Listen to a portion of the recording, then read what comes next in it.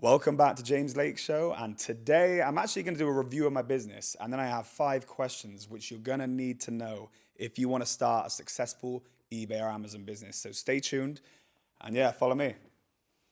So things to know, obviously I have my beautiful camera lady back, which is nice, and also the person who can ask the questions. So it's less of just me speaking to the camera now. But as far as like new updates in business go, there's a very cool one. As you know, in the UK, we have our own big unit and it's just us. Out here, when you're starting out, you want to get somewhere small so you can kind of like hop, skip, and jump as it gets bigger. So at one point, we had only this office. So I'll put a picture in now and you'll see that it was like me, Owen, and then there was a couple of people here, but you couldn't make them out in the picture. That was the entire office. And then we took on this office. So like, and also we get the associated warehousing, which I'll go through that in a second. It's big. So then we took on that one. And now just as of late, Owen has got his own office now as well, which is sick. And it's this one. So we're expanding. We already have now, I don't know if this is east or the west, but let's call it the west wing. We have the west wing of the building. Pretty badass. And then other cool stuff that we've had happen. It's not set up today because I need Owen who knows this stuff, and he's actually out in Germany meeting customers.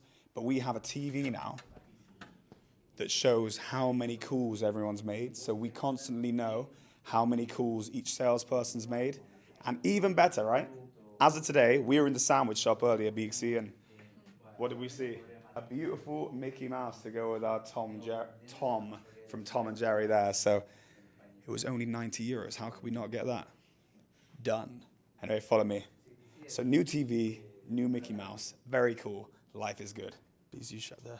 And yeah, the beautiful warehouse. Shout out to my brother Emre who looks after all of this. Look how perfect everything is. Alongside Jeffrey who runs the operation, but like Emre is the person working in here most of the time. So yeah, shout out how clean he keeps it. Amazing. And what's exciting as well is we started working with these guys, well, Emre about a year ago, Jeffrey 2.5 years ago. And these are the OGs, the original people, when no one was doing any money. And bear in mind, we're already on like 200,000 euros. Just out here, forget about UK. UK does about 1 million a month. Just out here, they came out here, they were working on this business when we weren't doing nothing. So these are the OGs. These are the people who are going to be sat at the table when this is a monster of an organization. And I mean monster in a good way, you know. We're going to be doing good things when this grows. But yeah, I think we just employed a new lady this week in the UK called Georgiana. And that, yeah, another cooler. Coolers are really important in our business because, like you guys know, we are mainly now distribution. So we deal direct with our customers. So we need more and more people to actually be there to coordinate with our customers, be on the phones, look after them, all that kind of thing. Anyway, follow me to my office and you can ask the questions, young lady. Right, fire away. Okay, so question one. Yeah. What are the top 3 mistakes you made when starting your business and how can others avoid them? Top 3 mistakes when starting a business. Worried about results too much. Like I said, in my first ever business, I was beating myself up because we weren't making money within 10 months. And the idea of trying to find a way to continue seemed like, no way, because it's not going to turn around. It's not going to start making money. I was only blessed enough to see that staying in the game will ensure results with this, because what happened is, as you know, we started out on eBay and Amazon. We got to £5.5 million turnover on eBay and Amazon, and because we had so much profit coming off of that, not so much, but like a constant churn of profit, this is about 2014, 15, 16, 17, it meant that we could just continue being like, yeah, let's keep trying it, let's keep trying it. But it literally took 4-5 years until this JLC, well, not this, not the European one, the UK started making money. It literally took that long.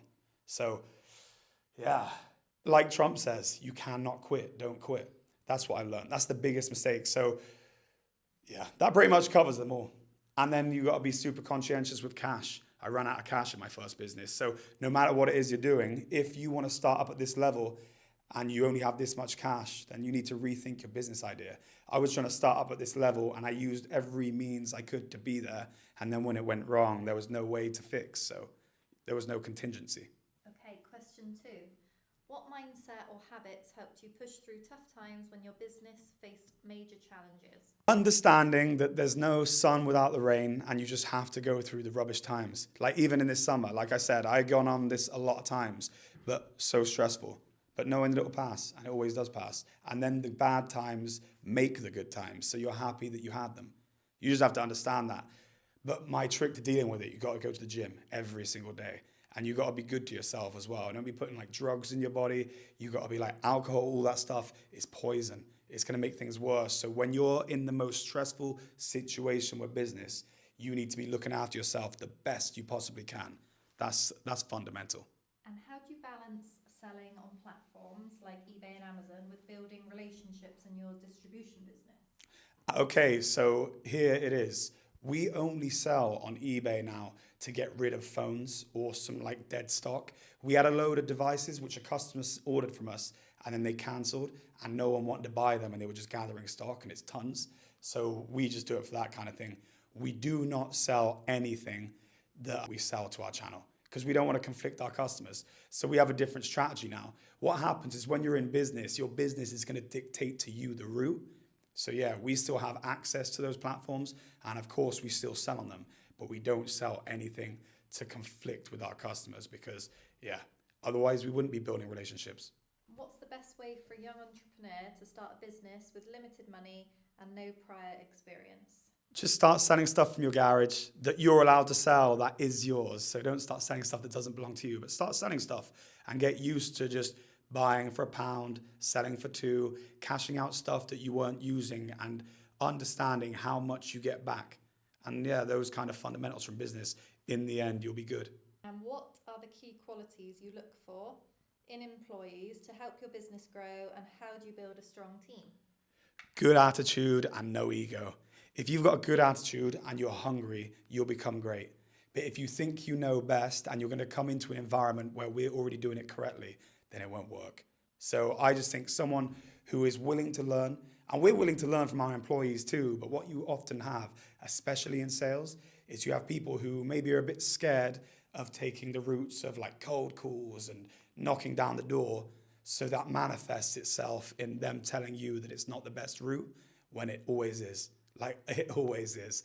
So yeah, we just want people who are hard workers, who are go-getters, and they're not afraid to pick up the phone.